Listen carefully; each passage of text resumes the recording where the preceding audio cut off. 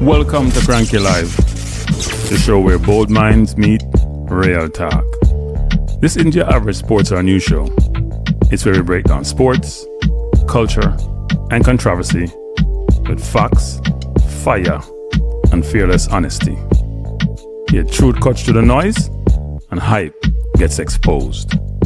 From football to track and field, from world issues to local debates, we ask the tough questions, speak without fear, and go deeper than the headlines.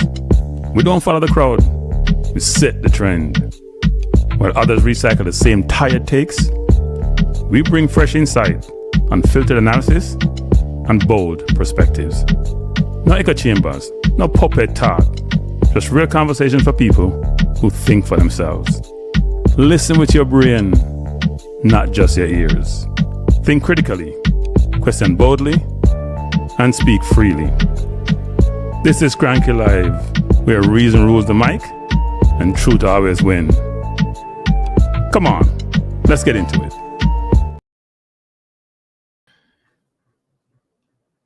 All right. Bad start ready, but ready. Good evening. Be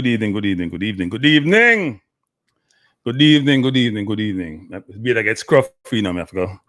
Got the barber. Barber thing every 2 weeks, you know, people. I understand, you know. As a barber stay, right. Every time I get a barber, I fat that pay, you know. I can't afford that. I poor people, you know. I can't afford them kind of money there. You know, I'm gonna have beard down here on my head for do them thing, yeah. Me have nothing to do on this evening. Me go do a reggae boy show and I'm change my mind, boy, because the news them so hot. Me have to pivot. Me make up a whole reggae boy show, me put that after later in a week. Pivot. Good evening, Jargons. Good evening, Joras. Sylvester. Jargons, Fortis. Bless up. A good thing. Me hype the season. Me let's not jump into the thing them because me have to nurture it first, you know. That's a good day today. Sometimes you have bad week, you know. Play Man U, beat them, but I don't really nobody we play still. Never feel good, them ball away, but we still win. Me never really feel good. Cause me like win with style. Get shape up myself now, sir. Me not go that. My Baba good. Me never introduced me to him.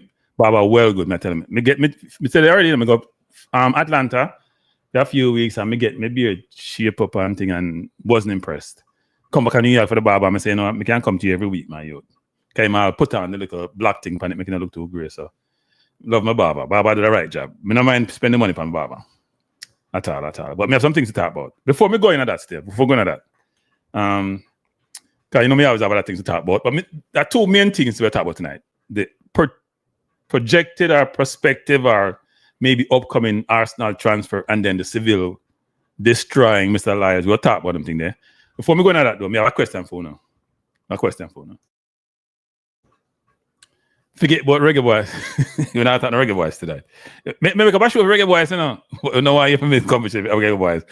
We are spearing the pain. I have a question for you. If you think about all the contemporary reggae and dancehall artists, because I have to bifurcate them and separate them, who is your favorite and why? So tell me in the chat or call in. You know, I'm going to put up my number too. Who is your favorite reggae artists right now and why? And you can go all the way back. If you want to go Jimmy Cliff, you can go Jimmy Cliff. You can go all the way back. No care how far back you want to go. That is your prerogative. But let me know that. I'm curious. I got triggered by watching somebody today. It's to some music thing. And I said, I'm curious to know, if you think about people, who your favorite? So you don't have to select between two people, you know, just one. I'll put the whole thing under the reggae banner. Because we have different genre, not different genre, but different type of reggae. So if you have your favorite in terms of dancehall artists or you want to call it reggae artists, who that person be? I'm curious. If I'm not going to talk about different people, I don't want to call out no name still. But let me know, people. Let me know. I'm not slowing on. I can't type fast on that. And glad people hitting the like button as they come in. Please do so. I know so I get a few subscribers today. Let me get about 20 today. I wonder what drive that. But look on the analytics, how I drive that. Didn't realize that at all. Numbers growing slowly but surely. Some people no favorite reggae artists. Oh, I'm the thing. Nobody now hear me. The chat silent. Up the likes. Yeah, up the likes. Come people, tell me your favorite reggae or dancehall artist before we move on to the next topic. Because we're jumping at the different topics. And we can talk about things because we don't want to talk about it now. I had some reggae boy stuff here. See it again. I must say, boy, I can't really talk reggae boys tonight because it's just a 5-hour show. If I talk reggae boy show, a 5-hour show, people. I tell them, I do it tomorrow. 5-hour show, no less than 5 hours. I tell you the truth because I'm not headache. So who are you? Juras. Juras, my favorite reggae artist, Juras, a dancehall artist. I have one. It's a rush show, listen to people because a breaking news, I have come to the breaking news thing. No favorite reggae artist, no favorite dancehall artist. Jargons, Juras, Sylvester, none. I don't have none. I don't see nothing come on the board. Maybe pound, Your brother, Chronix is your brother, Juras? Chronix is a good artist. I like Chronix music, actually. I don't list a ton of different artists, to be honest. Well, I shouldn't say that. I list the different artists, but maybe more, not the more contemporary ones. Because I don't understand what they must say. When I'm a DJ, I understand most of the words they must say. And then when I listen to the words, I cringe sometimes. I have to tell the truth. I'm going to look up. I'm going to call it in Jamaica stush people. I'm not really that, but I was listening to a song the other day, people. I'm telling the truth. And I sing along to the song. There was not one word that I sang to that aligned with the music. Trust me. When I say the words, I say, ratted. I can't understand them in this thing too. That thing was so explicit. I'm surprised them play them things on radio, people. I must be because nobody understand. The words were so I forgot which song it is. You know what? I must record it next time I see it. You know what I know the words? It was on TikTok or a YouTube short or something, and they were, you have the shorts, they print out the words. I'm like, really? I could not believe the words they were saying. Juras said, Bounty, Papa San. Juras. What in Bounty, Papa San Lieutenant is one, Juras? Just one. We don't want three. One, Juras. One. Not three. One. People, you just come in the chat. Favorite reggae or dancehall artist and why? You can't the why not have to be long. Just tell me, people. Anyway, I'm not take long. I'll move on. I'll give my one later night show. So today, I just finished watching the Seville versus the field race, which I'm gonna get into later. And I saw Robbie Lyles drop something. And then I jump online. I said, Ratty, wait, what go on? I jump online. I said, what go on? And then I see the news. Reports are heating up. Eberechi Eze is, as Fabrizio Romano, the transfer guru. I don't know how Fabrizio have so much links in people. He probably had links with the agents and different agencies, but breaking news. Hey, people, Premier League, you get nervous, Eberechi Eze to Arsenal. Here we go. Verbal agreement in place between our parties. Crystal Palace to receive package in excess of 60 mil. Tottenham was supposed to be on the edge and the final sign and push the button. And Levy did a play like him normally do. I try to negotiate $1 and $2 million or £2 million, more like pound in England. People hit the like button. And my man came in. Arsenal came in. Berta came in. Carly Crankies and Josh talked to me and said, we should do this. And we did this. We did this. Now come to the Seville thing, Rob Smith. Good evening, Rob Smith. Hit the like button and come in. And people, if you haven't done so, subscribe to my website. I'm dropping another link too. Subscribe to the website. So Eze maybe coming to Arsenal. I know that we had gotten rid of Eze before, right? Eze had come to us on trials, youngster. What is 12, 13 when we released him? Seemed not good enough. Even though, to be honest, people, sometimes scouts don't know nothing. And the people make decisions on nothing. Because I saw Eze's tapes when he was 13, 12 years old. He must play the same way he play now. Skin people. Better player now, skin people now. So I don't understand why. And maybe in England at that point, which was a number of years ago, 14 years ago, 13 years ago, less focus on the individual skills and the ability to elude and get by people versus today, which is where it's really, really valued. But yeah. You know what you just said, Refa Morris? Excluding Bob. I said today now, Bob, not Bob. I talk about contemporary artists, not people like Bob or Peter Tosh or Dennis Brown. We're talking about today artists. All right, when you make the comment. So it's unbelievable that we actually going to get him. And Arsenal fans were not happy with the window. Initially, Arsenal fans were ecstatic. 5-6 players coming in, £220 million spent. Arsenal fans are ecstatic. And part of that reason for that enthusiasm and that sense of, you know what, this is our year, was because Eze was in the mix, right? Eze and Rodrigo was in the mix forever. We need a left-sided player. Eze is not a left-sided player. It seemed like it's, you know, we signed Nwaneri. There was view that Nwaneri wasn't going to sign because he may not get the playing time that he thinks he deserves or wants to get, given that he's less than 20 years old, which is interesting nowadays. And Ødegaard is already there. And when Nwaneri is back up, we need a left winger. Are we going to sign a want versus a need? And then people know, hold on track and field, man, we come to track and field. And then we just go through with Arsenal and enjoy ourselves and gloat in our glory. You know? And then we heard today that we're trying to squeeze Tottenham neck and jump in for this deal. Now, given the rivalry we had, and this happened to us, you know, with Modric, you know, remember 2 years ago? Modric, we're going to pay over 80 million for him, coming in from Ukraine, and Chelsea scupped us at the last minute. And boy, did we thank Chelsea. You have to thank Chelsea for something because Modric allegedly take drugs and hasn't played well, overrated. We know Eze's quality. 11 goals, 4 assists in 32 games last season, I think it was, in the Premier League. And had goals and assists in other competition. I think it was 14 goals and 11 assists in our competition. Scored against a lot of good teams. Play without fear. Play loose. And I think the game against Man U gave us some indication as to where we are as a team. Not just about how poorly we played, but the fact that we have no ball carrier. We have nobody who can break down defenses. None. Martinelli can't do it. Ødegaard can't do it. Gyökeres can't do it. And though Saka is rated as somebody who can go by people, he's not quick. He's not dynamic. He can't skin people. And Eze also scored goals. Now, the one concern I have about Eze, to be honest, is defensively, he sometimes take plays off.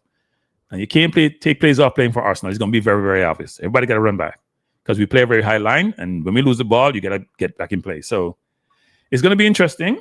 I am very encouraged and very enthused about this potential signing. It's not done yet. My understanding that the reason why we got ahead of Spurs was twofold. One is Eze wanted Arsenal because I meant you want to go back to the team you probably grew up liking and supporting. And also you got released by them, so you want to go back. Harry Kane did get released by us also, but he never come back to Arsenal. And then secondly, so Eze wanted Arsenal, and our payment terms was more attractive to Crystal Palace. We're giving them more money up front because we have a lot of money, people. We have a lot of money. We made over 700 million, I think, last year. 6 plus 700 million. And we went from what were we, 400 million about 3 years ago. So we put money in the bank because we have a lot of fans globally. Man U may be the biggest club in England, but that is getting eroded significantly. Eventually, it's going to be between us and Man City, I'm telling you. But Man City, people are sleeping on Man City and they shouldn't sleep. But we're in a really good place. We're attractive optically, foundationally, monetary-wise. We're just an attractive club. Attractive gear, attractive people, attractive area, London, not London. Everything just attractive. Everything just look good. Everything just feel good and everything is just good. So. And we beat Man U, even though we always struggled with Man U. No matter how bad Man U is, them give us a hard time. Them beat us or them tie with us or we struggle. But them out of the way for the time being. We probably get Eze. If Eze is going to play in the Conference League games, which I hope he doesn't get injured, hopefully we sign him before then. We don't really care. Because we lose. Another problem we have too is we lost Havertz. Now, the concern that when we lose Havertz, we have no backup striker. But Eze can play, score a goal. I think we should move Martinelli inside to be his backup to Gyökeres and have Trossard, Madueke, and Eze play out. Now, if you look at Villa doesn't play with a traditional winger. Marcus Rogers and now McGinn playing out wide. Not the best situation for Villa, frankly, but they show that you can use a hybrid and do well. Eze can play that sort of almost inverted left wing. He can play the 8 and he can play the 10. He's a very versatile player. He's got a lot of value to Arsenal. When we have low blocks, we expect to skin people and go through. So people hit the like button, please. It's only 21 versus 41. So I'm looking forward to I'm really looking forward to Eze becoming part of Arsenal. Glad the news broke and feel really good about this. All right. Any comments, any calling about us? Because Jaga, I'm not an Arsenal fan now. And but I tell you, people in England who have watched Eze play, them love Eze. Them love Eze. Love Eze to death. And you can see that. And I bet Arsenal fans are going to say this is a 10 window now. Because some people had that, some had 9 earlier, but then they saw Gyökeres play and they bring it on to a 7. With Eze coming in, I just got a text from England a while ago. People love this. See, one of my persons who's a very pessimistic come to transfer window. Man says, summer just got better. I'm telling you. Summer just got better. You know, I'm going to text him too. So we can come on the show. Summer just got better, and I agree with him. We wanted Eze. We were very disappointed Eze wasn't coming. If you hear anyone from Arsenal talk, especially in the UK, and they talk about Arsenal transfer window, the one disappointment was no Eze. Because people see what he can do. People see his creativity, and we're lacking that. We can't say Gyökeres is crap. He can play one game Nitro. Gyökeres is going to score 20 goals this season. That's my prediction. He looked like a farm person in that game. The ball was, I tell you people this example that I had. I remember I wasn't a footballer, but I played a little bit. I'm not amateur football. I remember I went to a new team, Unisoc, who having their 50th anniversary. First game I played for Unisoc.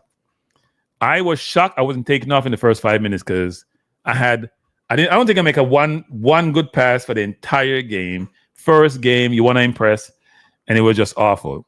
I didn't get benched. I didn't get benched that game, nor any that game actually for the season. I played for them for about 10 years. But I thought I was lucky to stay on the field. That's me and Gyökeres. Gyökeres was awful, like terrible. People say he didn't do that bad. No, couldn't hold the ball, couldn't dribble the ball. It's like he was playing on a Jamaica football field, the way he was playing, and the fields are good. So, bless up Tycoon. Yeah, Tycoon, life good Tycoon. Me can't complain. I had 2 wonderful news today. We just watch a race, and I was saying before the race started to my nephew, Seville dust people, and him dust people. And then right after that, listening to YouTube, see Robbie come on talking about the Eze deal. So we have nothing to complain about. Life is good. Life is good. Good day. And I decided to come do a show. I actually was preparing for another show.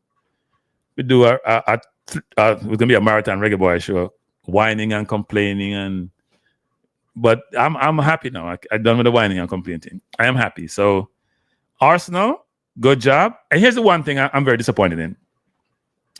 The only persons who don't get any praise for this window are the actual people who provide the resources for the window. Everybody talk about Berta great and Arteta great and this great. Nobody thanking the crankies. What's it, tank? Nobody thanking the crankies who put up the dollars. We will go over 300 million when we're done. We've got about 300 million spend this window. It's not Liverpool alone spend money. And the difference between us and Liverpool is this. Liverpool, we're bringing about 190-something million. We ain't bringing us 10 people. There's a big difference, you know. Liverpool will spend 300 plus if they get Isak. They're almost at 300 now. And we would have spent 300. Liverpool net is going to be just over 100, less than 200. Our net, if we sell Nelson for like 15 as we normally do, and Zinchenko for 10 and this for 5, we probably net about 40, 50 million. Well, we may sell the defender for, what's his name? His name is slipping me now. For about 30 million. I think Porto wants him. But yeah, we don't do the best job. Okay, Nitro, we'll do that. We'll do that, Nitro. Because I do want to talk some reggae boys this week. I didn't want to talk to much reggae boys before we get closer to the end of the window because it looked ugly. And me watch me one thing flush out first. It looked ugly. Between injuries and no playing time and people not have club, it's ugly. So I mean, I want to even get depressed. Right now, I'm happy. I want to stay happy this evening and enjoy the YouTube thing because it's a wonderful evening. Eberechi Eze, possible Arsenal, good situation, good story, and long may it continues, Arsenal. Now, we'll win a cup this year. Eze just win cup, we are bringing a cup winner. We're not about to win a cup anytime soon. We're bringing in a cup winner, people. Right? We know that Gyökeres win a Sporting, but at a 7th best league in Europe or 8th best, whatever they are, that not count. We haven't won anything in London for a while until apart from Arteta's first season when he won the FA Cup. He hasn't won anything with his team. This team is built to win. We have quality players in every position. Unfortunately, Havertz got hurt. His knee got hurt. Supposedly going to be out for a couple of months. It's not a good thing when players start get hurt multiple times. Look at Jesus. Every year him hurt. I know Havertz pulled him hamstring last year. Now he has knee problem. But at least we'll have some cover. We re-signed Trossard. We have, if we get Eze now in, we have cover in every position, and we probably play Trossard in the center forward spot behind Gokares after the way things are going. So we have two on the right with Madueke and Saka. We have Trossard and Martin on the left, but I think they should put Martin early inside, and that Eze and Trossard play outside. We have Merino and Rice. We have Zubimendi and Norgard. We have Calafiori, Lewis Kelly. We may need another centre back if we get rid of the one we're trying to sell. Bless up, Dr. Dan. Dr. Dan, how are you doing? How is AI treating you, Dr. Dan? Dr. Dan, how is AI treating you? Hey, Dr. Dan. Let me say something to you, Dr. Dan. Because we don't work for free, Dr. Dan. Let me say something to Dr. Dan. Any efficiencies you get from using AI, Dr. Dan, and you can quantify it monetarily, I want my cut. I want my commission. Okay, I want my commission. Because remember when you came on, you were pushing back on Cranky, So if I've helped you in any way, shape, or form, and you can quantify monetarily what that can be determined to be, then I want you to send me a check. You don't have to call me for the address. Let me get the address to you. Send me a check, a nice big check to me. No one more on pounds. We don't want on dollars, more on pounds. I like good conversion rate. More on pounds. Yeah, Jakob Kiwior is what I was thinking about. Kiwior may go to Porto for supposedly 30 million or 30 plus add-on. So that's a decent amount of money. Cranky, your left back most improved, didn't look good in the last game. Which one? Kelly or Calafiori? Both of them are good players.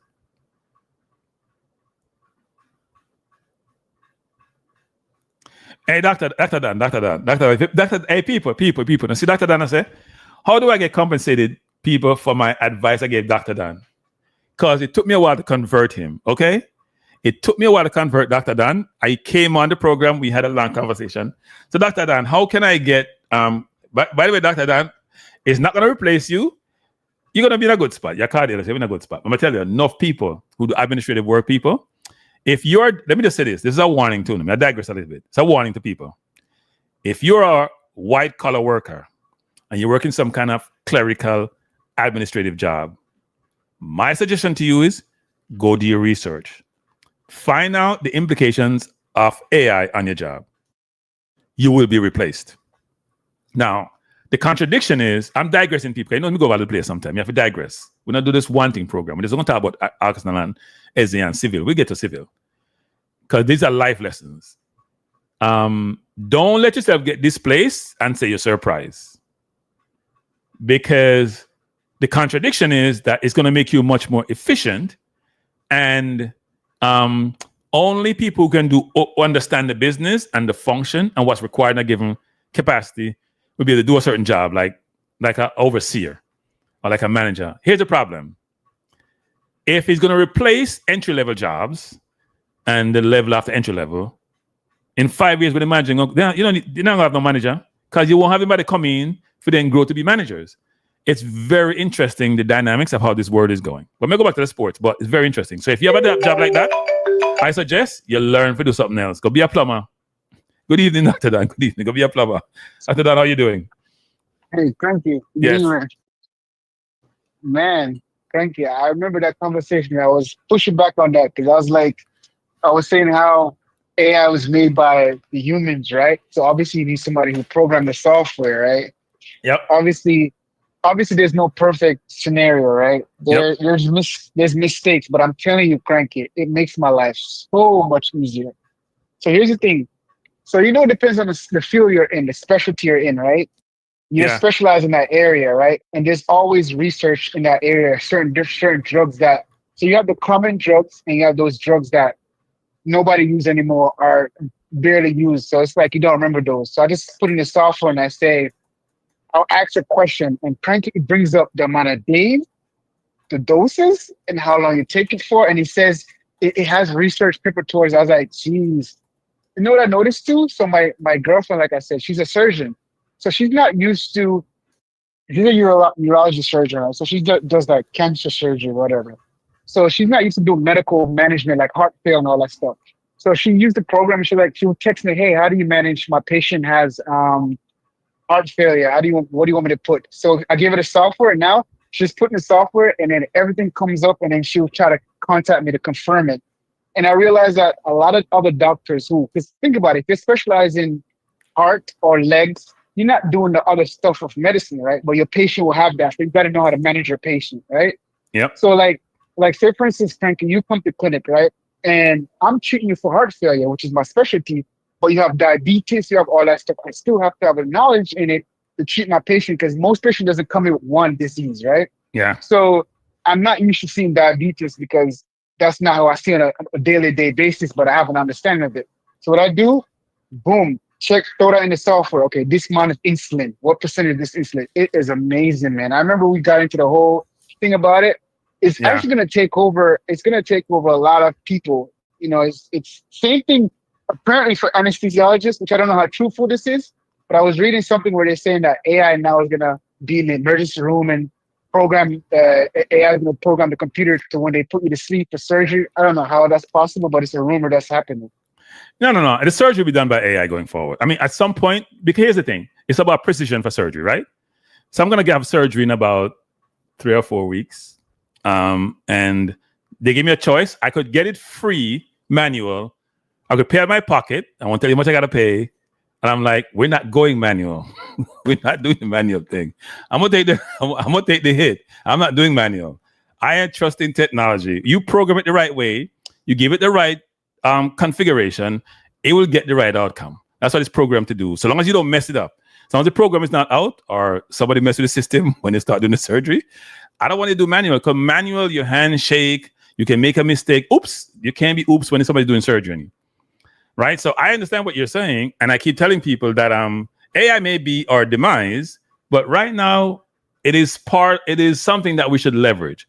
I think that further down the road, because I know in my future past profession, I could have, in my job that I did, I could tell you that we could have got rid of half the people, given how we could reconfigure things based on AI. So I had about 40 people reporting to me. I could have got rid of 20 of them easily, more than 20, frankly. I could use AI and get more than 20. I didn't need entry-level people. I didn't need mid-level people. Just need people who understand the business to do the oversight to make sure things work the right way. So yeah, now it's a good thing to use. But one second, Dr. Don. I think you're dropping you. Say it again. Sorry, go ahead. I'm saying I came from analog TV to now TV on the internet. TV times is changing, and you have to adjust, Frankie. Or else you're going to be left behind, because medicine now they don't even need anesthesiologists anymore. You know what they have? Nurses doing anesthesiology. So you know how medical school, you go to medical school for 4 years, right? And then you do 4 years of residency. Nurse anesthetics they don't even need that anymore. It's much cheaper. So what a lot of hospitals are doing, they're hiring nurse anesthetics, which is only 2 years of nursing school, and the extra 2 years, they're done. So they're not doing the extra 8 years of studying that medicine do. It's like everything is just changing. And now AI is coming about and doing stuff. I'm telling you, if you can invest in any AI company, I think you should just go for it. Well, because you're going to be NVIDIA rich. was the one company, but NVIDIA has been hot for the last 3 years. I didn't buy NVIDIA because the company it was a financial service company. As you know, you work in financial service. It was hard to buy anything.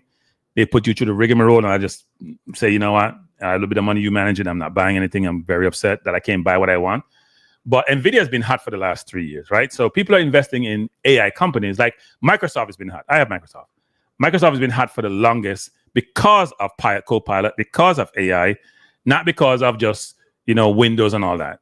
It's been hot because it's invested so much money in AI.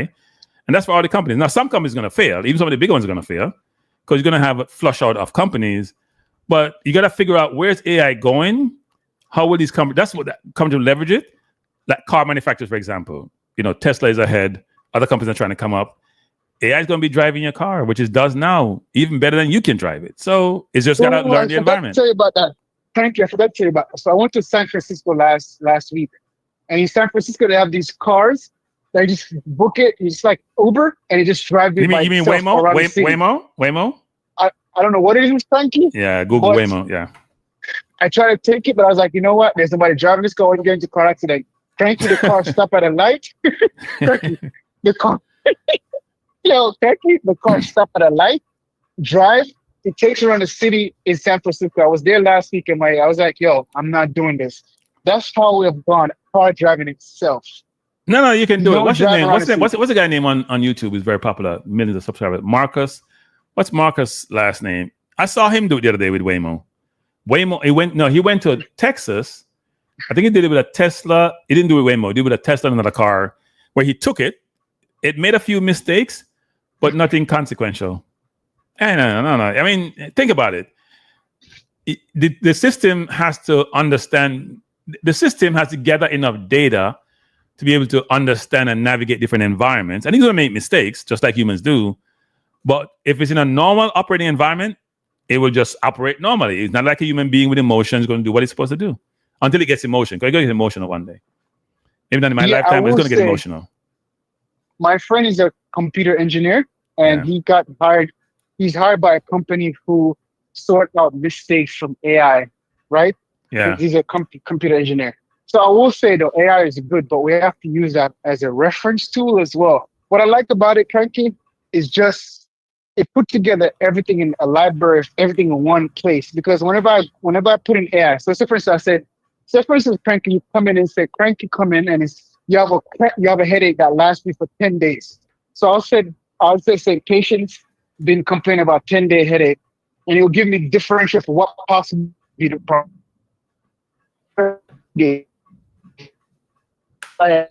You're breaking up, Dr. Don. You're breaking up. Sorry, you're breaking up. Say it again. Sorry, you broke up a while ago.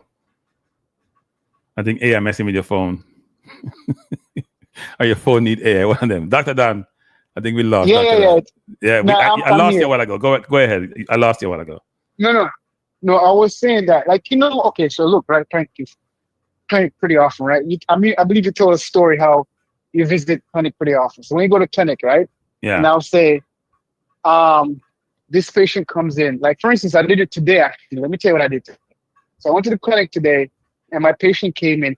He's been having this crippling headache for he said for like 5-6 years. So I gave him all the headache medication that we can, and still not helping. So I said, you know what? I put it into the AI system, Frankie, and they tell me, get him to a neurologist. He may have this kind of cancer, this, check this medication. And I was like, wow. So you know what I did? Refer him to a neurologist. What's your order? Is it chat or what do you call it? Which one? Chat or Google? What's the Google one? Gemini. So I have the chat GPT. I have open evidence. Look it up. Pull it up on your phone right now. The problem is, in order for you to get open evidence, you have to have a medical license. So that one is for the medical. Open evidence is for medicine. Oh, okay. Yes, open evidence for medicine. So okay, here's what people don't understand, Dr. Dan, which is all chat is doing, is getting all the data from so many different sources, collate the information, assess the information, and spit out the answer. No human being have the ability to do that. None. Not with that level of speed and quality. Now, the quality is not always the greatest. So that's why I use 3 websites when I do anything. I use 3 sites. I will use Gemini, I use Chat, and then I use, I don't know what's slipping me now, Perplexity. I will use 3 of them. And each of them will give you something a little bit different. There'll be nuance, or somebody just tell you this is wrong. And even sometimes all 3 of them are wrong. That's why I like to understand my subject first before I do anything. You know what, too, Frankie? Sometimes I will test it first, too. But it's actually, the information is pretty, I would say about 90% accurate. That's pretty accurate. No. If you have to guide it, you have to tell it, look, you need to check claims and stats for facts. Doesn't mean I always get it right. But then it will say, okay, I was too rushed. I mean, I'm telling you, people, it's like talking to a person. I was too rushed. I'm so sorry. You're right. And I said, sometimes I just say, I won't tell you what I tell it. Anyway, I would just get upset and say, you gave me the wrong data and information because I know this is wrong. I can't use this information in any forum please, you need to take more care when you do it, and it will apologize like a regular no, most Jamaicans wouldn't apologize. They want to cuss you back. But anyway, it will tell you that it's sorry, and it will give you updated information. I say, go check your sources, double check your sources, triple check your sources. So I have standard language. I don't ask it when I'm asking questions. So you can do the check. You sometimes have to remind it, actually. It will have your configuration of what you want, but you sometimes have to ask it, put in a certain form and way in which it can understand, and we'll do the right checks. And then I will go check two other AIs just to get comfortable with it, with the information. But I don't go to the doctor. I don't go to the doctor unless I use AI. I don't go to the doctor. When I go to the doctor, anything they tell me, anything I get my results, first I just go on AI and I do my thorough check on AI and what I need in terms of remedy. That's what I do. To be honest, Frankie, you're the type of patient I don't like. Don't come in and try to tell me. No, seriously.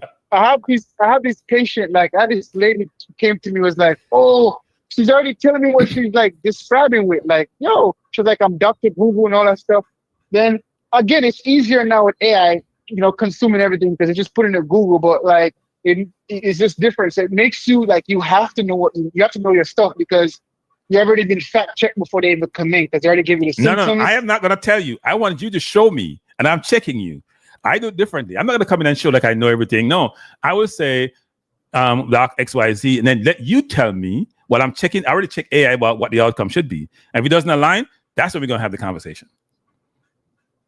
I am checking you. I'm checking how well you're doing, but sometimes doctors don't want to say they don't know.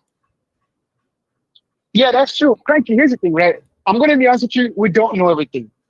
Listen, any doctor that tell you they know everything, it's a problem. That's number one. Number two, you go to medical school for 4 years, Cranky, right? Yeah. You tell me you can't remember every disease in everybody 4 years. So what in medicine, what we do, we study the common things. It's the common things that we treat first. Okay, let's look at it this way. When you do a flu season, right, Cranky, they give you a flu shot. You know what's in that flu shot? The common flu for that particular season. It covers that. Then you have the outliers where research matters. That's why research is so heavy because R&D is where you pick up on rare diseases. Like you have doctors who say, I've practiced for 30 years, I've never seen that, but you see it in a book. That's what it is because why do you think we'll treat heart failure? Because we could treat heart failure easy because it's the most common killer in all of the world. So it's the same medication over and over and over again. It's the stuff that we don't know. So a doctor can never know everything. If they ever tell that, they're lying because you don't think about if you don't practice something every day, you lose it, right? Because the memory has so much you have to learn. Like, for instance, if I see you this week, Cranky, I see 50 patients versus a week. I don't even remember who you are. I don't remember what you have. I have to go trigger my memory. Right. Yep. So unless you got a photographic memory, or I call it a photoscopic memory, so you can see the information versus photographic, then that's very, very difficult. The AI, if programmed the right way, is going to be there sitting. It ain't going to forget. It may make mistakes, but it's not because it forgot it made mistakes. It's because it checked the wrong source. Because what AI does is go and check different sources, You sometimes tell AI to, you know what I have AI do nowadays? Show me your source. What are your sources you get the information from? So I would have it give me printouts with the sources listed in a comment section of where it gets it. And sometimes here's when I know this is wrong. Sometimes you realize I can transfer data and transfer amounts. You go to sports mode, you go to transfer market, all these different sources. They're never aligned. Some will use add-ons, some will not use add-ons, some will money conversion may be wrong. And you realize that it's people just using guesstimates or estimates or what they deem to be reasonable. They're not using exact numbers. And then chat will pick up the one which you didn't align with. And so it's interesting. He's asking you, Dr. Dan, Tycoon is saying, what's the best doctor buy in the medical field? Wait, let me give a caveat. Dr. Dan is not a financial expert.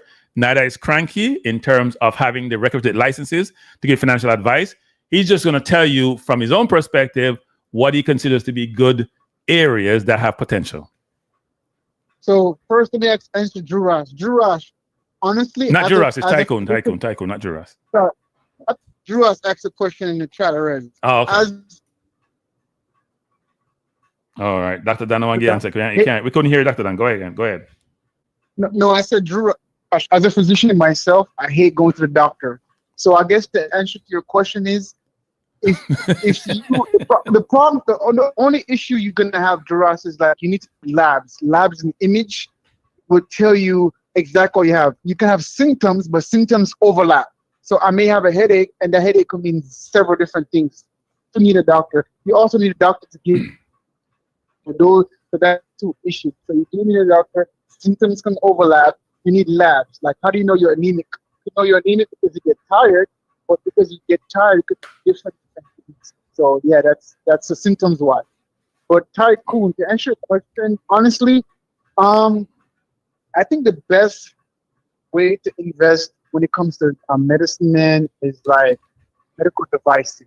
Because I say, for instance, if you can get anywhere in a medical device, like for like an MRI machine that costs like $1 million, that's why whenever at hospitals they push you to do MRIs because that's where you're making money. An MRI, if you get MRI, it costs about $1,200, but the hospital gets $20,000 from that, right? So if you invest in an MRI company, those will help. I think anything imaging wise, that's like the best thing to help. But again, I haven't done much studying since I left investment banking. I haven't picked up a lot of that stuff. Frankie might knows a lot more because he's global.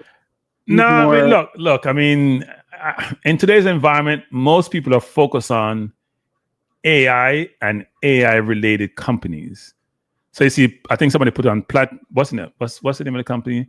Palantir, which has been going crazy of days.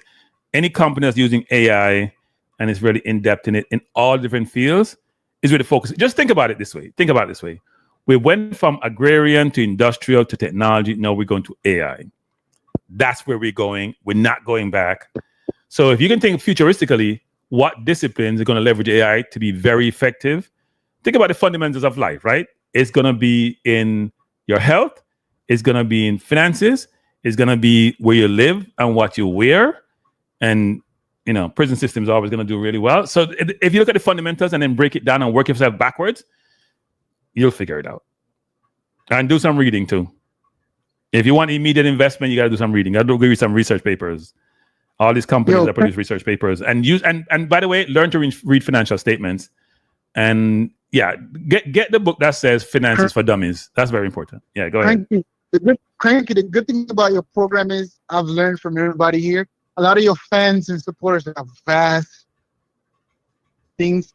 I do think that maybe one day you can have a panelist where just have people free and bring up different topics and you run it because like look, we're talking football here, we are talking about investment and AI. So I think you do have that vast, diverse fans. So I don't want to take over the program. You're talking about Arsenal, but I think that's something that you probably should look into. No, I'm going to do it actually. I had a immigration lawyer. I haven't contacted her in about a week and a half. That's supposed to be coming on. I have a friend of mine who's a judge. She's supposed to be coming on, but she wants to wait until she's in London now till next month. I have some people I've contacted. The problem I'm running into, Dr. Dan, is the people who are in corporate, when the field lights are working, they don't want to come on because they're concerned about coming on a podcast and how their company would perceive it. I used to be like that when I was in that environment, so I understand. But those are people I would love to come on and talk more finances and more fundamental finances. I've been trying to get someone to come on. They promise, and then come up with excuses. So I gotta figure it out. What about basic? Because I think our fan base, right, is a lot of your fan base is towards the Caribbean, right? I think one of the most important thing is like I know when I was younger, my parents would do partner draw and all that stuff. I think the basics of partner draw is pretty much finance, right? Savings and all these things. Like for instance, me, I watch on YouTube. I look up like high yield savings account for 2025. How much percentage yield I get? So that's when I pick those and then invest, put my money in there, like money market account stuff. I know that's probably something that will be helpful, but obviously that would take research and stuff. But I mean, just watching the comments from since I've been following you, I notice a lot of people are interested in different things. I mean, I know football is the main topic, but they're vastly diverse on the, you know what I mean? Yeah, they should go to my website too and sign up. Here's what I do. I'm gonna do the topics that are on my website because they cut across everything, right? I'm gonna stop. That's why it's me cutting back on football, to be honest. I'm gonna do topics on my website. So whether it's about social, cultural, technology, news, I'm gonna start doing one topic or two topics from that every week, which cut across and in investing, real estate, all those different disciplines. But what I need to do though is line up people because it works better with panelists versus just me talking. Yeah, correct. Yeah, because I saw you did. I think last session you talked about religious, and it was a lot of people was chiming in. Wait, Dr. Dan, I have Pastor coming on next week Sunday, people. August 31st, 3:30 p.m. Lansley Blake, otherwise known as Fractional Pastor, is going to come in, one of his church brothers or whatever we call them, and we're going to talk about the whole concept of God. I don't want to put any label on it. It could be called the God question. It could be God. Does God exist? It could be called, if God is good, why do we have hell? I'm going to say something about that though, which is very important. I've said this numerous times. Please get comfortable with the uncomfortable. You can't live and you have questions and you'd be afraid to ask because you were trained when you're growing up that you shouldn't ask certain questions. Then you go and blaspheme. Please stop. I'm not denigrating anybody's religion. If you believe, that's your prerogative, right? But you can't be in life saying, oh, you can't say that, cranky, oh my God, and you're losing your mind. I've gotten that more recently. I've gotten that from people on my channel, and I've gotten that from my son. I talked to him 2 days ago. He grew up in the church, and he called me, and I said, I'm having this program. You watch the show, and he started getting out nervous. I'm like, stop. You're not a kid anymore. Stop. Open your mind up. He and I have a good conversation. My nephew was the same way. My nephew asked me, Dr. Dan, aren't you afraid of being canceled? I'm like, what are you talking about? It's like, if you go down that route, you can get canceled. And I'm saying, I'm kind of retired. I don't care about getting canceled, but I'm not going to ask the question that needs to be asked. So I'm looking forward to next week, Sunday. Hopefully, and Pastor just text me something a while ago. We can have the conversation. Odell, I thought he was always injured. Anyway, let me stop saying that. All right, Dr. Dan. Dr. Dan, is still there? Yeah, man. Okay, Sylvester. Sorry, man. Continue. All right. No, but Kirk, my 2 cents in the I think if what? Crystal Palace cannot afford to give up Eze because they might get relegated. No, they won't get relegated. They got a good coach. They got a decent team. Both Eze and Goey are going to leave, I think. They can't afford to have Goey leave without getting 40 million for him. And that's not a good deal for them. They can't even leave for free next year. He doesn't care, because if he leaves next year as a free agent, he's going to get a big sign-on fee. He wants to get money early at Liverpool. They'll pay him much more than he makes now at Crystal Palace. But they need to sell him for about 40 million. They want 40. Liverpool don't want to pay him more than 40, because by January, he can sign with the overseas team. Right? So they're going to buy him for about 35, and we'll pay 60 for Eze. That's 95. They got to reinvest in 95. They got Sarr. They got Mateta. They have a very good midfield. They'll be okay. They'll be okay. They got Tyreek Mitchell going to come play for Jamaica. They'll be okay. They'll be okay, Dr. Dan. I think we lost Dr. Dan, people. Let me just say this. Back to the sports quickly. Let me just say this, people. We're gonna move to track and field. We're done with Arsenal. I don't know why we talk about Arsenal. Now, I did predict this, but that's like me saying water makes you good and healthy. But as you know, today, Seville race again now. So let me stop talking and just put up this. This is the race in Lausanne, Switzerland. Oblique Seville race against Noah. Look at these people. This is no different from the London race, It's not even close. And here's what's interesting about that race. When Seville runs against Noah, when he runs against Kishane, he pulled Kishane in. Because at 80 meters, Kishane is starting to regress. His deceleration is much quicker than most of the other runners, frankly. Especially Zarnel Hughes and Noah Lyles. I'll play it again, people, because if it's nice, you have to play it twice. You have to play it twice, people. You have to play it twice. Now, look at this race. Sabini is running down the track nowadays. Blake, you know what I like about this too? Blake has a brilliant start. We're running one more time, people, because, you have to do it 3 times. Thrice. Look at Blake's start. Hakeem Blake, look at his start, and look at Seville's start. Because they're out of the blocks like shots fired. We know Noah is slow. Look at Blake. Blake is ahead right there, First 2 steps, he's gone. But he's an 80-meter runner. At 80, look how Noah can pull Blake in. They're going to run the same time, but look how Noah pulled Blake in. But he can't pull in Seville. He doesn't pull in Seville at all. And I am, when I had this, I'm going to say this actually. To Leighton Levy, and Leighton, Like your show, Mr. Analyst was watching your show last night, doing a very good job. Keep up the good work as usual. That's what we expect from you. You're a professor in this space. You're a guru in this space. If you haven't subscribed to Mr. Analyst, the Leighton Levy show, Leighton Levy was at Sportsmax, big time Jamaica sports commentator, not track and field, a newspaper person, and he's been doing a good job. But when he was on my program, he did say this. The reality is that if Oblique can get past the mental side of that thing and put whatever happened in the past behind it, which is a lot easier said than done, and run like he knows he can win it. And similar for Kishane as well. So he's very big on Oblique, actually, and he said that Oblique there is some mental issue there, and there's also, when he runs the rounds, some buildup of some fluid or something in his body that precludes him from operating a certain way. And if you look at the field, this is the field, and these are the times, right? Seville was the only person under 10 second, just like when Kishane won, Kishane time. What Noah ran? 9-9. That's not true. In Kishane's race, Noah was under 10. Noah ran 9-9. So he looked like he was getting better. Kishane ran the same time as Oblique. The difference between Oblique and Kishane time is this. The weather conditions here were awful. Raining all day, wet, slow track, soggy. He still ran 9.87. And he won easily. You know that Kishane beat Noah by 0.03. This is different. He beat him by 0.15? That's a big distance in a 100-meter race.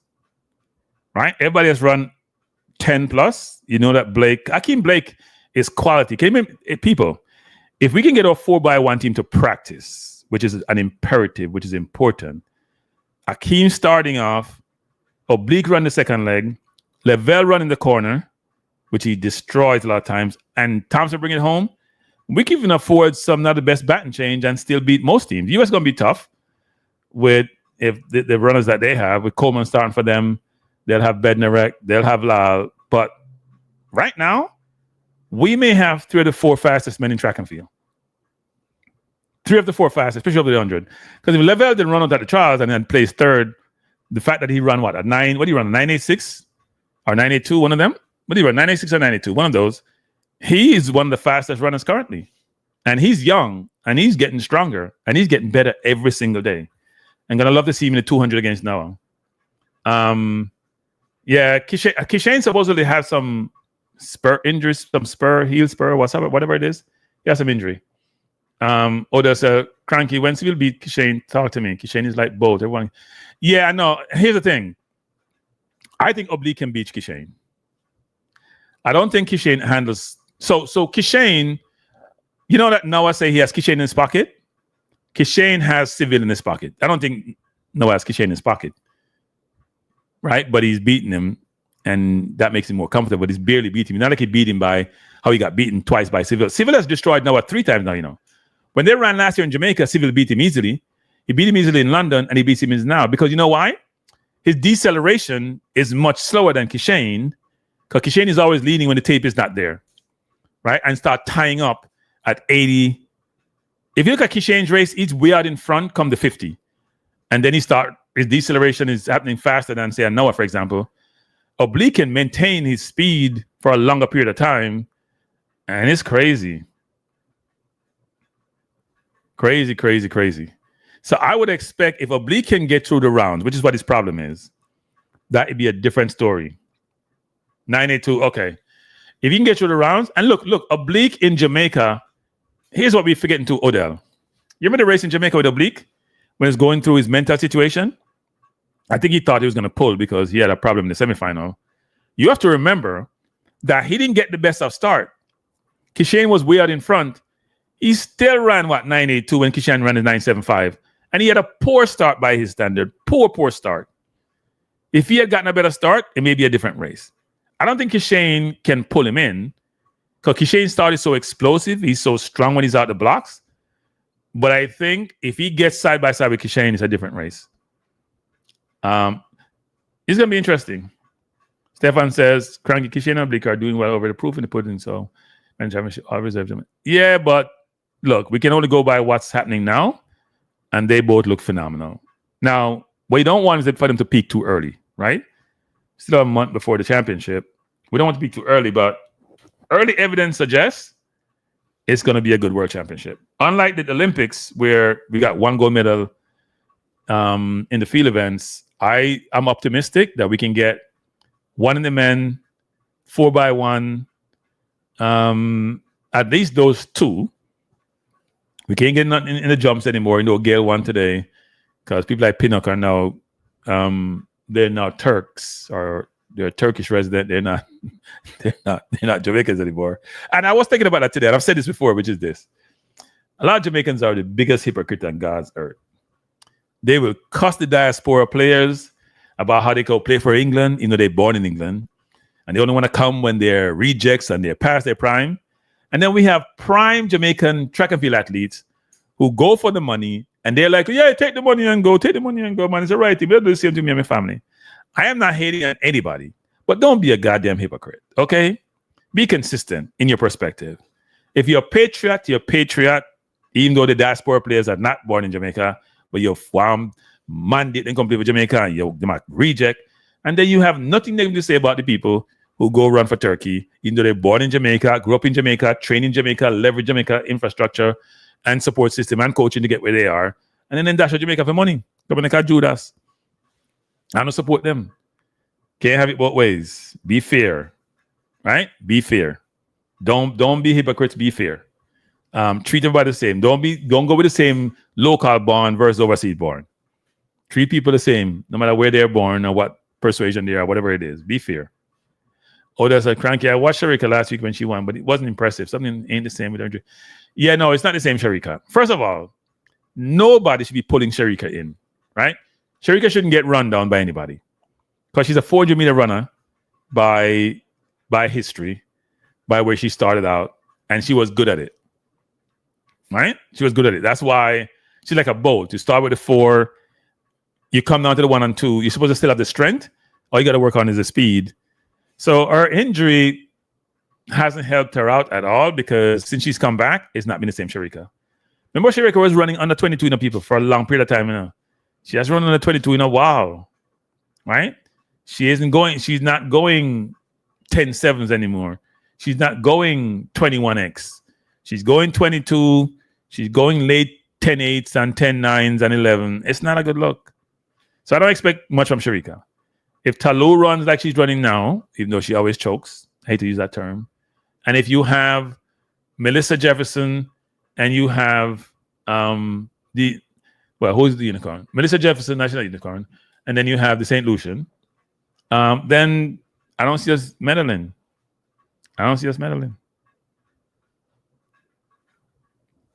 Cranky Life, them use Jamaica to get Turkish citizens. Yeah, well, they got it.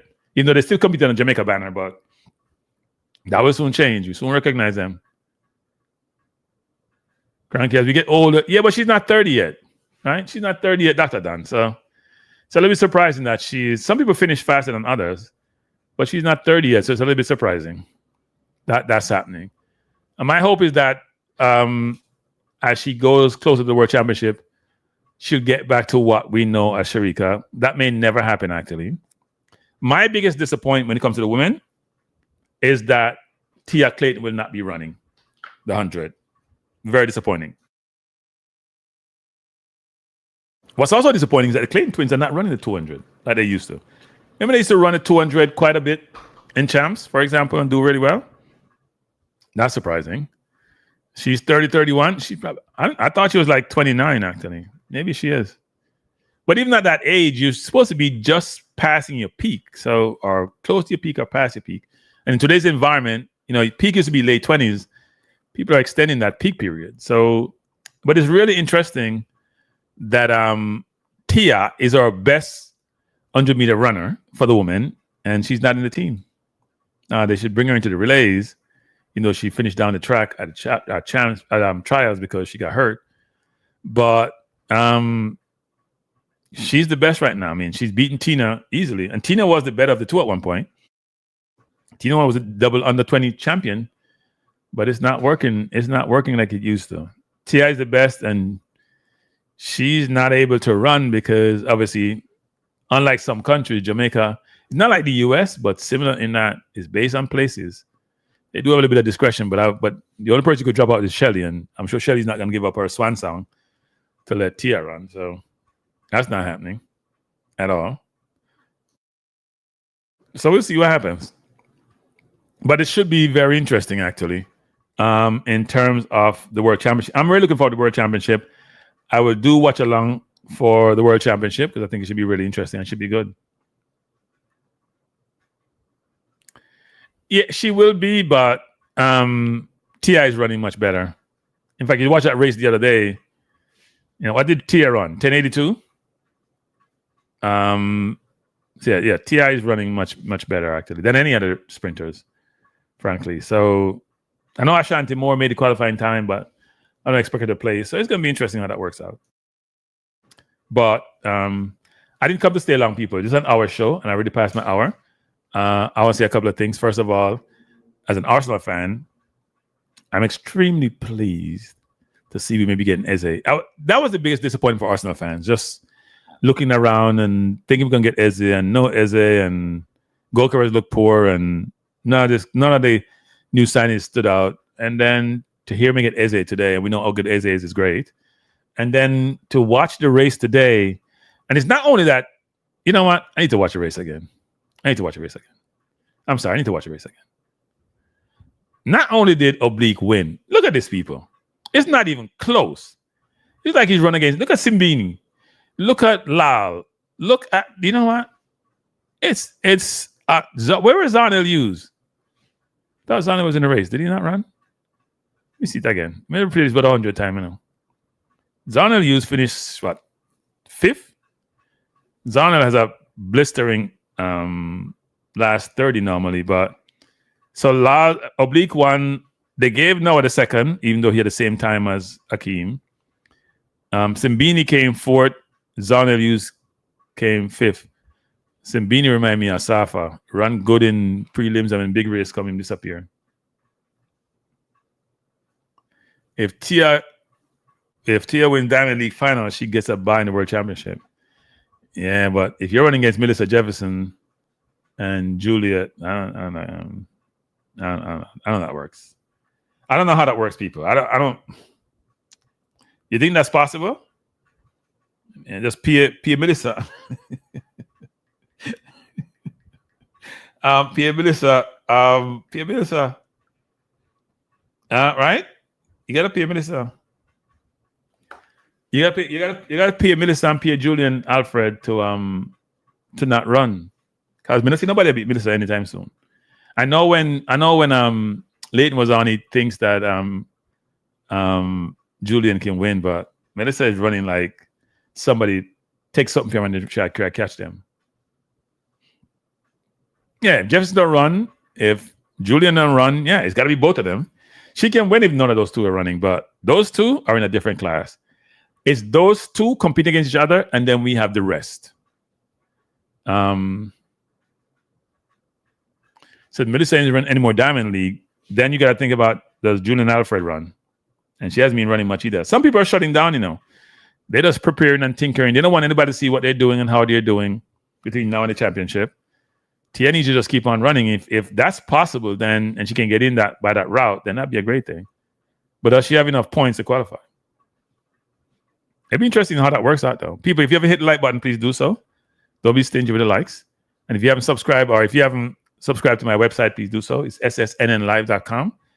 I have taken off a week from the website, but I plan to, by the end of this week, go back and get more involved, get the articles up and running. And as I said before earlier in the program, I plan to do shows based on those articles that I write. Cranky, let's just be real. Arsenal is not winning the EPL, so stop fooling yourself. Somebody just text me and say, Eze is leaning towards Spurs. What are we talking about? Lord have mercy. Oh, it's a joke. I was going to say, I'm not talking. I just got a text from England. They're setting a joke. I should post this. How can I get this up? Let me see if I can get people. Hey, one of the people, in nowadays, we have technology, They have all these jokes, boy.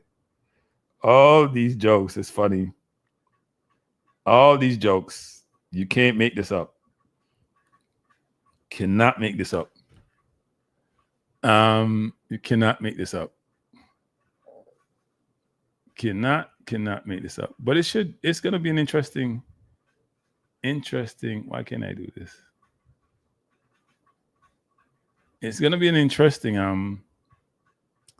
interesting period as it relates to the EPL, because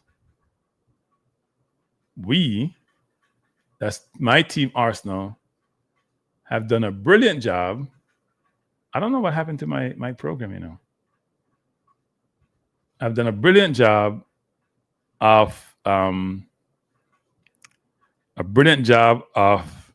transfers this season. I didn't know we had that much money, people, to be honest.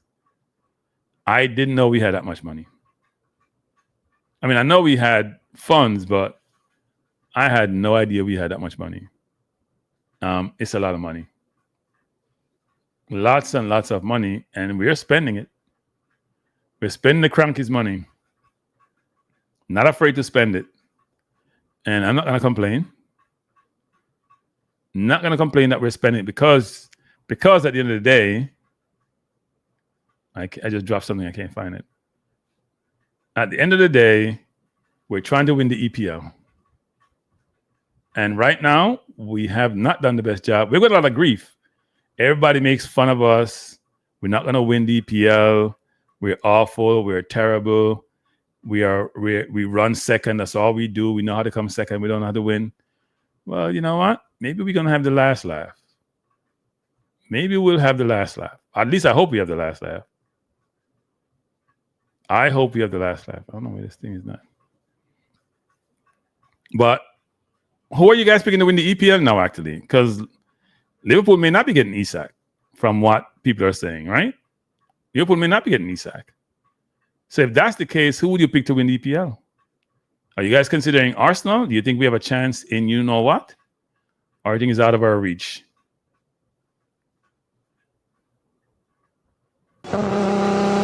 This is Spurs leaning. Is it leaning to Spurs?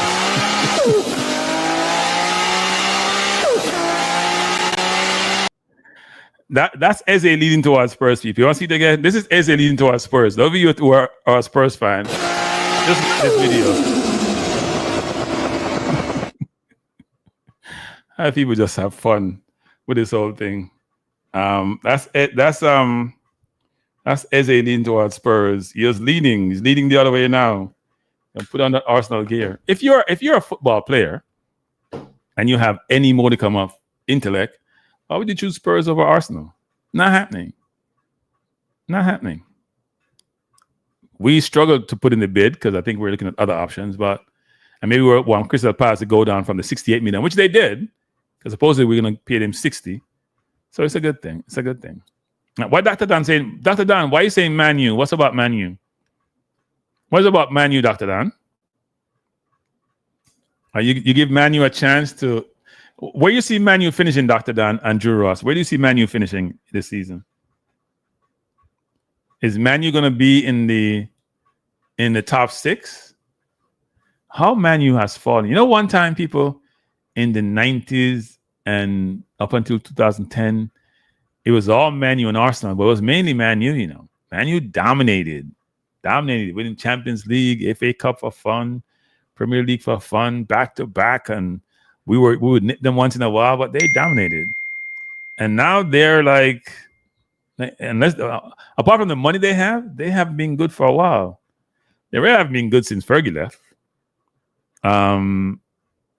But right now, they look decent. They outplayed us, so we can't really say much.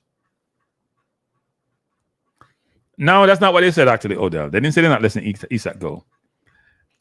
People, they were very cute with their statement. Very cute. They basically said, Isak said promises were made. They said no promises were made. And they basically kind of inferred from their statement that his valuation has not been met, basically. And that, look, if you don't meet the valuation, they're going to bring him back into the family. But if they get 150, he's gone. But they're not going to get 150. Because Liverpool is probably thinking, too much trouble. We're not paying 150. He's not worth 150. we have our own valuation, because people nowadays, stats and numbers are the imperatives. People are doing their own valuation, using different factors and metrics to assess players' values. Nobody wants to overpay. And I assume that's why Crystal Palace, why Spurs lost Eze to us, as it appears, not done deal yet. So I don't want to start gloating and it doesn't happen. But because they were saying, look, if he's 26, 27 years old, most of the players you see are 21, 22 going for 50, 55, whether it's Gittins or Madueke or Ilanga. Why should we be paying 60 plus 8? And they're going to be easy add-ons, 68 million for a player. We're playing overpaying. And Daniel Levy likes the label of being this great negotiator and this tough. Well, you know what? Steve Parish at Crystal Palace is also tough. And I was talking to somebody, a real good friend of mine, who's a great Crystal Palace fan. She sent me all these pictures. She's a member of Crystal Palace. She go to all the games.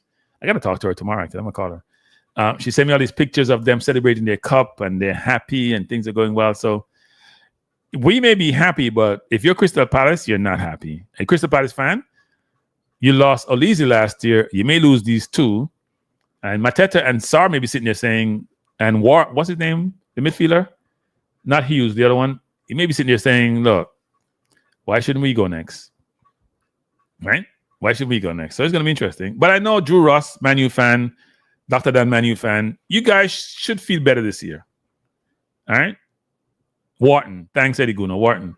You guys should feel better this year because you guys are looking better than you were previously. You should feel better. You shouldn't feel horrible about your situation.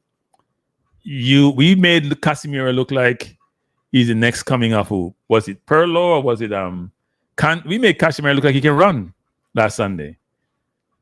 Bless up Tuffy Rudy. We made all these players look great. And we were poor. I mean, Declan Rice didn't turn up. Gokeres looked like a championship player. Martinelli wasn't playing, even though he didn't get a lot of service. Saka looked poor, couldn't beat Shaw for whatever. Nobody played well. Ødegaard is overrated. Sorry, he's overrated. I've been saying this for a little while now. Had a brilliant season 2 seasons ago. Watch him a ton. If you're playing the 10 in today's football, you got to be able to put the ball in the net. Sorry. I don't like you to pray, put the ball between the legs. You can't go by, you can't run by anybody. You can't leave anybody. You can't skin anybody. You can beat them, but you're not going far. And us playing the way we play now, I think Eze will change this way. If he plays Ødegaard, he normally plays on the left for Crystal Palace, but it's almost like a pseudo 10 and a Foz winger. He will probably play a little bit more central and be much more versatile in terms of how he supports his two wingers and his center forward. I think it's our style of what we play, but we're one-dimensional with an inverted type midfield where Declan playing box to box, Ødegaard playing much more forward, and then we're playing Zubimendi in a single pivot. That single pivot ain't working with Zubimendi. He's too slow. Don't cover enough ground like Partey does. That single pivot ain't working. It's not my notification, Midnight Cowboy. I have nothing to do with that. Talk to YouTube. I don't know about notifications. People, please explain. Do you guys get notifications? Because I get that from a few people out sometimes. You may have turned something on wrong or right. It's not me.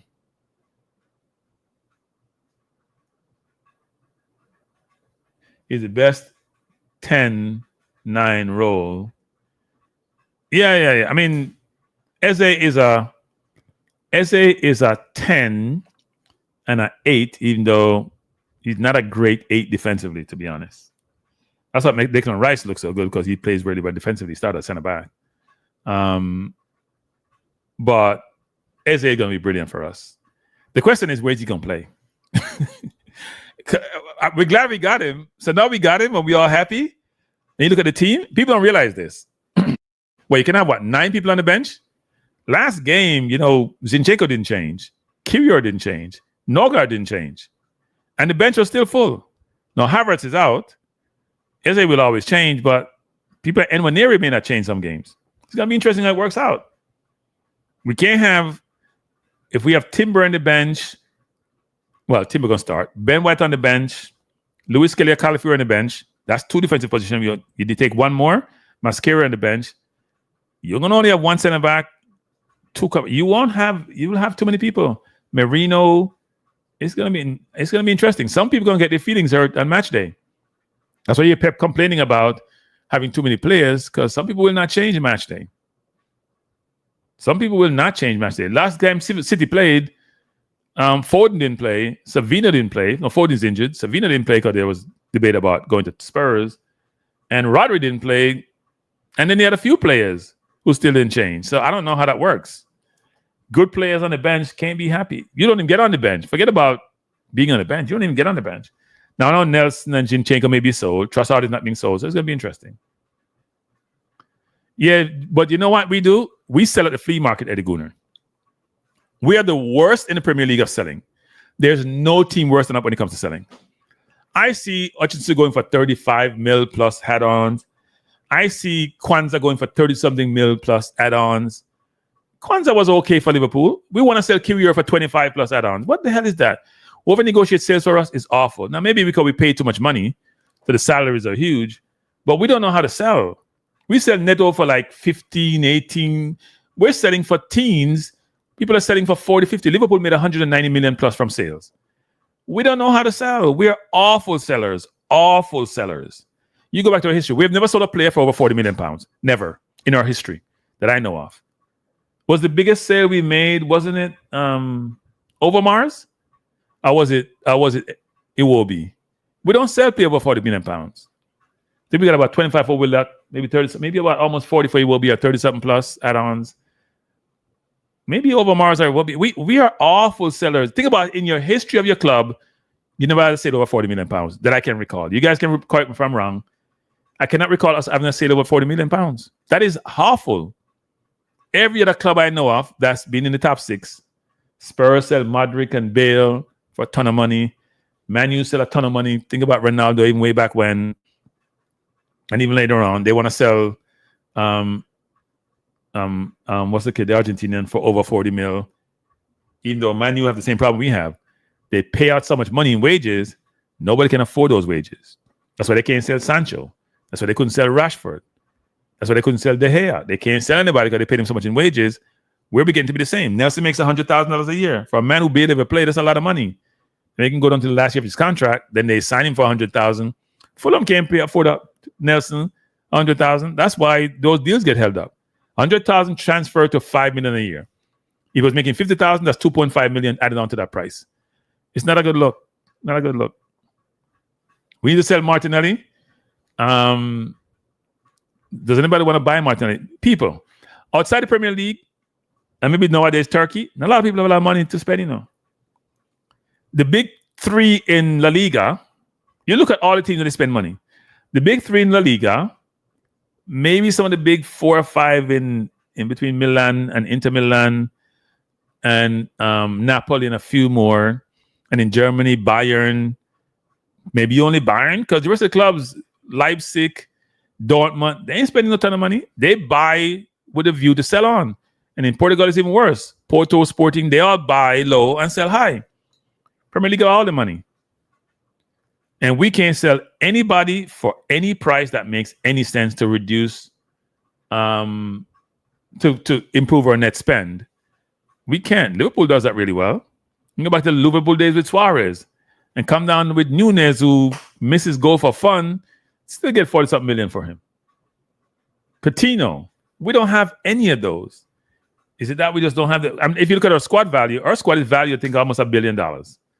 Between all the Saka and the Ødegaards and our defense, we have one of the best squads in football globally. Just can't win trophies and can't make sales that makes any sense to anybody. We give away top Tavares for less than 10 million pounds. It's crazy.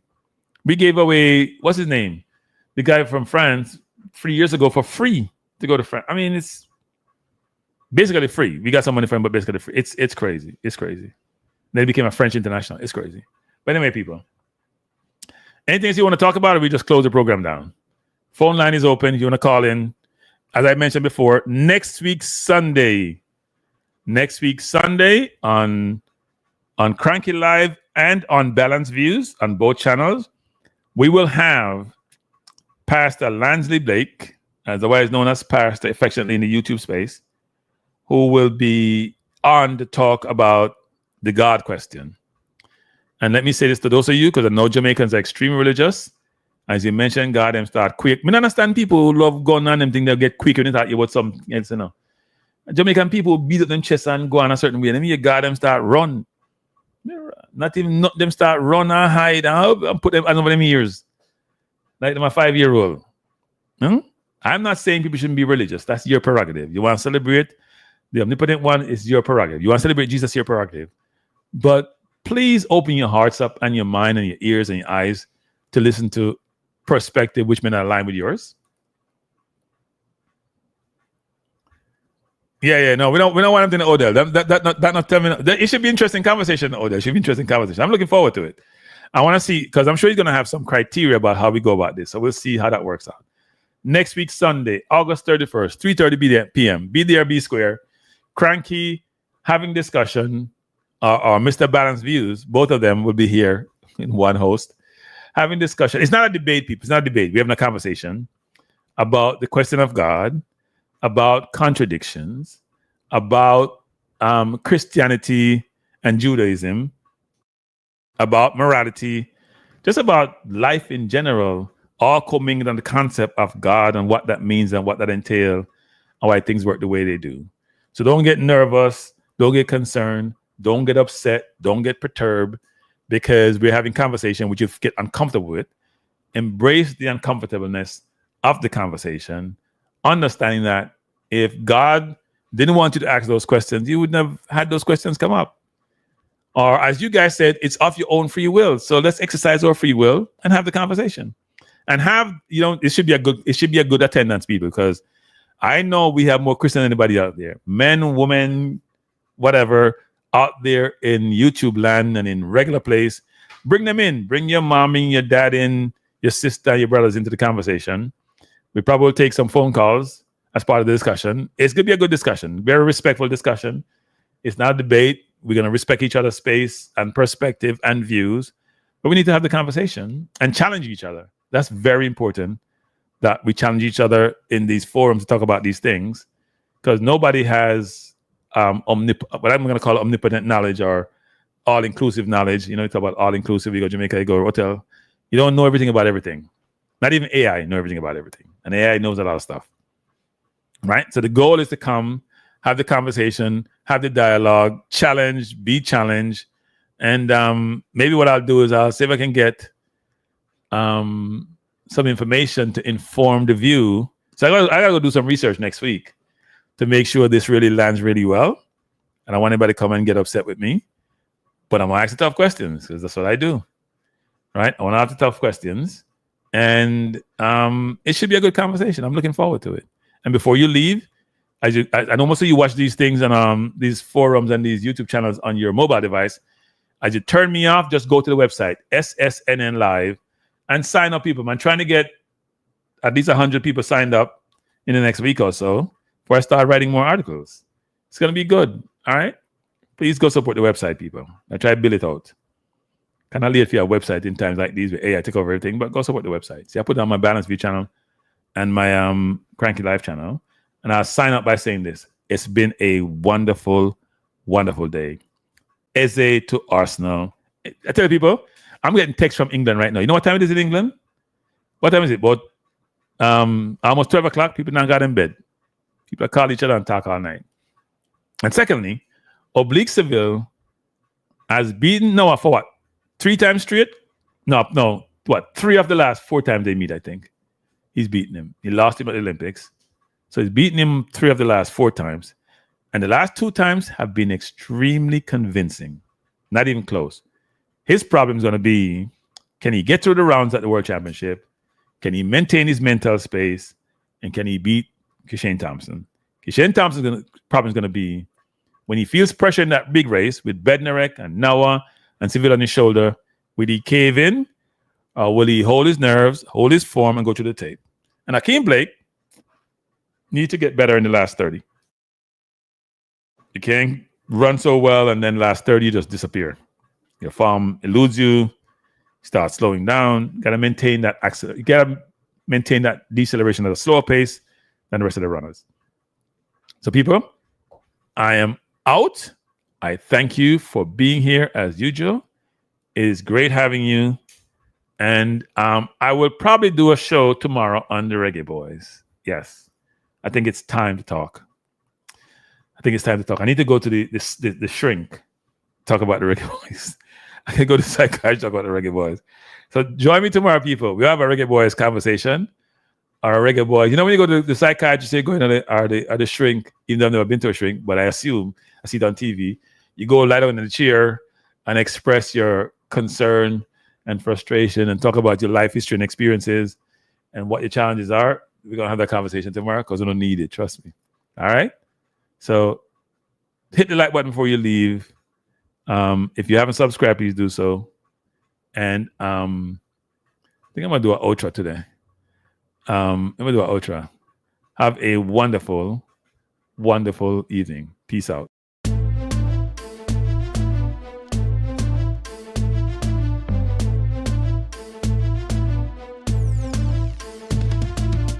Cranky life is the best to be now.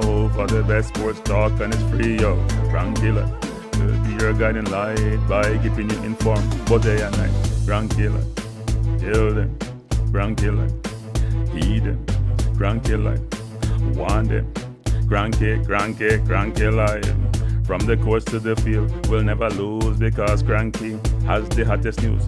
With expert analysis, we break it down. Our in-depth coverage is best in town. Cranky life, feel them.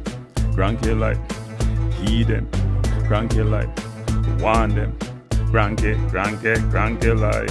Cranky life where the sports is spicy and where we keep the discussion lively. Cranky life, get to know the name because Cranky analysis is never lame. Cranky life, give me my Cranky life. I want my cranky life. Must have my cranky life. Whether it's football or track and field, you know cranky is at the wheel. So join the journey through victory and debate and subscribe and don't miss a beat of cranky life. Deal them, cranky life. Heed them, cranky life. Want them, cranky life. If you're from England or USA, from Kingston or Bombay, from Kenya or Canada, Lagos or Havana, visit Cranky Live. Tune into Cranky Live. Like up Cranky Live. Subscribe to Cranky Live. Cranky Live coming to you on weekdays. Cranky Live sometimes on Sundays. Pull up a chair and take a seat because Cranky will always bring the heat. Cranky Live. Me say fi tell them cranky life. Me say fi heed them cranky life. On them cranky life. Cranky life will be around. The cranky life is the best in town. Me say fi heed them. Me say fi want them. Me say fi heed them. Want them, heed them, want them. Cranky life. Cranky life. Heed them. Want them. Heed them. Want them, cranky life. Cranky life. Heed them, want them, heed them, want them, heed them, want them. Cranky life. Cranky life. Cranky. Heed them, want them, heed them, want them, heed, want, heed them.